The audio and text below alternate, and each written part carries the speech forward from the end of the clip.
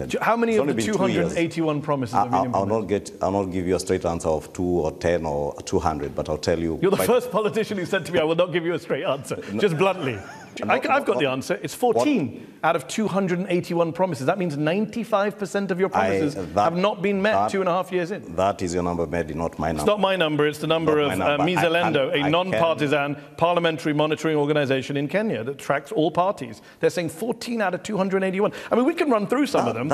President Ruto said he would give free internet and phone calls to Kenyans. He hasn't. He said he would ratify the International Convention Against Enforced Disappearances. He has not. I could go on and on. Kenyans are frustrated because they were lied to during the election campaign. Well, Medhi, as I told you, that is the perspective of Mzalendo. And look, you know, and you admitted, to be fair, that people are unhappy. There's a perception of the government that's unpopular.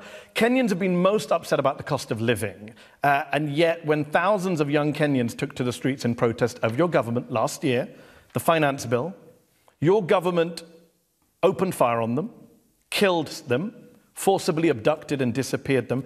How do you justify such a violent crackdown on your own citizens in a democracy? How do you justify what happened last summer in Kenya? And we're greeted with violence from the state. Unfortunately, all demonstrations end up with deaths, which is a very unfortunate incident. And it is not true that people demonstrate and you open fire.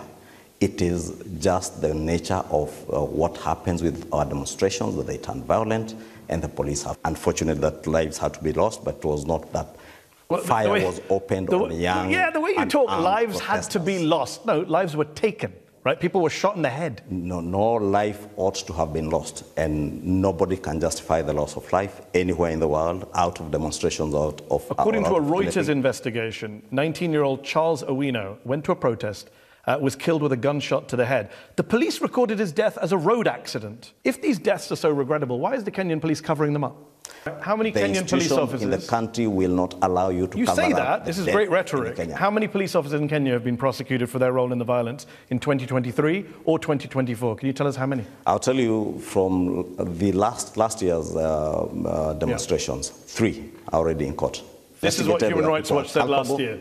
Bodies of people showing signs of torture continue to turn up in rivers, forests, quarries, mortuaries. The authorities have yet to investigate or prosecute anyone for these crimes. Kenya has a history of police brutality and lack of accountability for serious abuse. So that's Human Rights Watch. You want to believe what Human Rights Watch said, not what I'm saying?